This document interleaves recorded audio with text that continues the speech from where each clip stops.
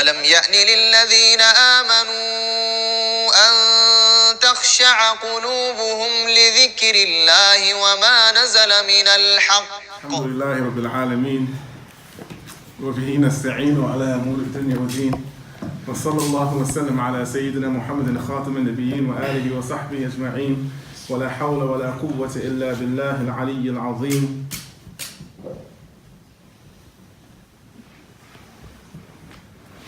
Alhamdulillah, tonight, the 29th of Ramadan, meaning we are for sure fasting tomorrow, and depending on if the moon is sighted tomorrow, we will either fast another day to complete the month of Ramadan, or it will be the first of Shawwal.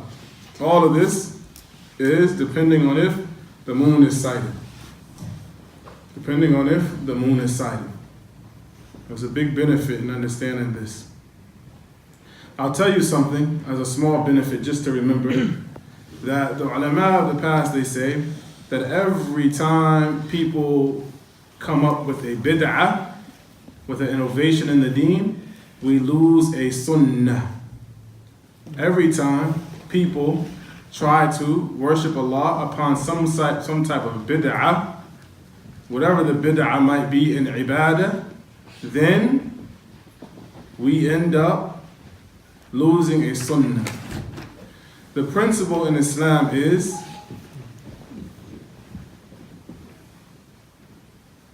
al-ibadah cannot begin, cannot end, cannot be formed, cannot be described, cannot be done except with a text. Al-asl, as they say, al-asl fil ibadat al-man' illa bin nas. In regards to actions of worship, everything is prohibited to bring into actions of worship except there is a text to do it. If there's no text to do it, then guess what we do? We don't do it. It's very simple deen. We don't have to invent anything new, alhamdulillah. We've been given everything we need in Islam to worship Allah, how Allah is pleased with us worshiping Him. It's actually a form of denying that the Messenger ﷺ completed his task by thinking that we can bring a manner of doing worship better than that which Muhammad ﷺ came with. The problem with a lot of people today, Muslims, is that they become so philosophical and so way up here in the sky that they forget these basic principles. And whenever you leave off the basic principles, you fall into major errors. As Aisha radiallahu ta'ala anha, she said, again, a very basic text, right? من أحدث في أمرنا ما ليس له ما أحدث في أمرنا هذا ما ليس منه فهو رد. Whoever أحدث brings about something new, right? That's not from this matter of ours, yani the deen, it'll be rejected. Are we willing to have our fasting rejected based on this new invented matter of fasting by calculations or breaking our fast by calculations? It's unfathomable to me that we can't wait one day or be patient. The people have become Burger King Muslims. What does that mean, a Burger King Muslim? They want to have it their way, right? Instead of relying on the Sharia, how Allah says, everybody wants to have it their way, like Bani Israel. If it's not in accordance to what your messenger, what their desires want, the messenger could have brought the truth. They kill him or they deny him. So many of the Muslims have become Burger King Muslims. They want convenience, fast food, fries cooked already. So they want to know a year in advance when they can take off from work, right? So that, tell my boss. Instead of building our lives around our ibadah, we want to build our ibadah around our lives. That's not Islam. And we're going to go through a few things in this actual part here discussing this, actually, tafsir that we're going to go through today, where Allah is showing that our lives are supposed to be built around ibadah, not the other way around. Do you understand that point? We build our lives around ibadah. That's why Allah put some of the most important salawat during what? What time of the day? Asr is in the middle of the day, when people are working. Zuhr is at the hottest part of the day. But Allah wants us to show our dedication to the deen.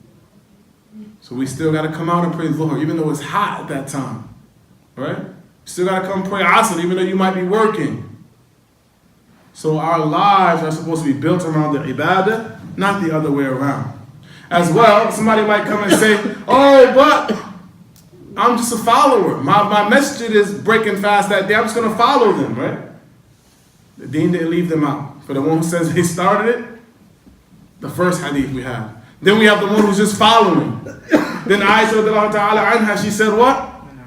مَنْ عَمِلَ عَمَلًا لَيْسَ عَلَيْهِ أَمْرُنَا فَهُوَ رَدٌّ. Whoever does an action, whether they started it or not, just following an action that's not from the deen, blindly, upon desires or upon no proof, it will be rejected. So either way, may Allah protect us. Safety is in following the Sunnah, not following our desires. Then there's another false principle that people bring. This false principle of, oh, we're doing it for unity. La hawla wa la quwwata illa billah. What did Allah subhanahu wa ta'ala describe Ibrahim as? An ummah. And how big was the ummah of Ibrahim alayhi salatu wasalam? It was himself, depending on the time. He might have had Lut with him. He might have had one wife with him or another wife with him at the time. But Allah described him as an ummah. Why? Because he had knowledge and he acted in accordance to the knowledge. He had knowledge and he acted by the knowledge. Even though everyone around him else was rejecting what he was upon. He was an ummah because he was upon the truth. So wherever the truth is the jama'ah. The jama'ah is not based on the amount of people, but rather the jama'ah is based on the people who follow the truth, regardless of how many their number may be. Right? Even if it's a small group. As the Prophet ﷺ, he said what? بدأ الإسلام غريبا وسيعود غريبا فطوبى للغرباء. The Messenger of Allah ﷺ, he said what? Islam began something strange. Strange is what? It's only a few people. Nadir. You don't have strange normally with a whole group of a bunch of people. Strangeness is when it's only a few people doing it, holding on to the ancient ways, right? So then he said it's going to return back to being strange. And that strangeness happens even amongst the people who call themselves Muslims. That the people who hold on to the Sunnah of the Messenger ﷺ will be looked at like strangers amongst the people. People say, what are they doing? What's wrong with them? Well, inshallah, they're the ones holding on to the deen that you may have forgotten. So being strange is not a blameworthy characteristic in Islam. Being strange is praiseworthy. As the Prophet ﷺ, he said, فَتُوبَى لِلْغُرَبَاءِ. Glad tidings, a tree in paradise for the one who is strange. Especially in times where the people are doing fahisha, when the people are involved in innovation, the people have left off their deen because they have all these big different ideas when the deen is so simple. Very simple deen, alhamdulillah. So we have to, inshallah, regardless how many people try to go against that, we have to be the people who hold firm to the Sunnah of the Messenger ﷺ. Because the reward is in the Sunnah. Regardless if it's just one or two of us, or 3, 4, 5, 6 of us, or whatever it is, never abandon the Sunnah of the Messenger ﷺ. Never. Because when you abandon the Sunnah of the Messenger ﷺ, then you're going to follow someone's Sunnah. Whose Sunnah is better than our Messenger ﷺ? Nobody. So may Allah guide us to be people who are firm upon the truth, and we don't bend, regardless of anything. So I wanted to mention lastly the thing about the unity thing, right? So people say, oh, for the sake of unity, we're trying the unity and not upon the Sunnah. What is this? If that's the case, then we might as well have unity with the Christians and the Jews too. Let's unite with them too. We just unite upon any batil, right? If we unite upon falsehood, we unite upon bid'ah, then what will stop us from uniting with the Jews and the Christians? What will stop us from Amr bil Ma'ruf and Nahy al Munkar? If we don't have Amr bil Ma'ruf and Nahy al Munkar, we don't enjoin the good and forbid the evil, where is the Ummah of Muhammad? The Messenger of Allah said, Allah Ta'ala told us what? Khayru ummat, what he said? Kuntum khayru ummatin tukhrijuna min al-nas. You're the best ummah brought out from the people. Why? Ta'muruna bil ma'ruf wa tanhawna 'anil munkar. Umar radiallahu ta'ala anhu, he said, if you want to be a part of this ummah, then you have to make that condition. What's the condition? Of enjoining the good and forbidding the evil. What is the worst evil besides bid'ah and shirk? If we don't warn against bid'ah and shirk, then how are we a part of this ummah? If we don't enjoin the good which is in following the sunnah of the Messenger sallallahu alaihi wasallam, how are we a part of this ummah? That's not what this ummah is about. Allah says, وَاعْتَصِمُوا بِحَبْلِ اللَّهِ جَمِيعًا وَلَا تَفَرَّقُوا. Right? This is an important ayah. Allah said, all of you hold on. Safety, the asima, right? وَاعْتَصِمُوا. When you ever think about this word asima, what is the asima? What is asima? Answer. The Asim is the capital city, right? They say, oh, it's the Asim. What do they mean by the capital city? That's normally the most fortified city, right? All the business, whatever it is, that's where it's at. That's where your safety is at. وَاعْتَصِمُوا بِحَبْلِ اللَّهِ. Find your safety by sticking to the rope of Allah. What did they say the rope of Allah is? The Quran and the Sunnah. So how can جَمِيعًا وَلَا تَفَرَّقُوا. So how can we stick to anything? How can we have unity if we don't agree what we're going to unify on? If we don't unite on the Quran and the Sunnah, what are we uniting on? Everyone's going to have their own opinion always.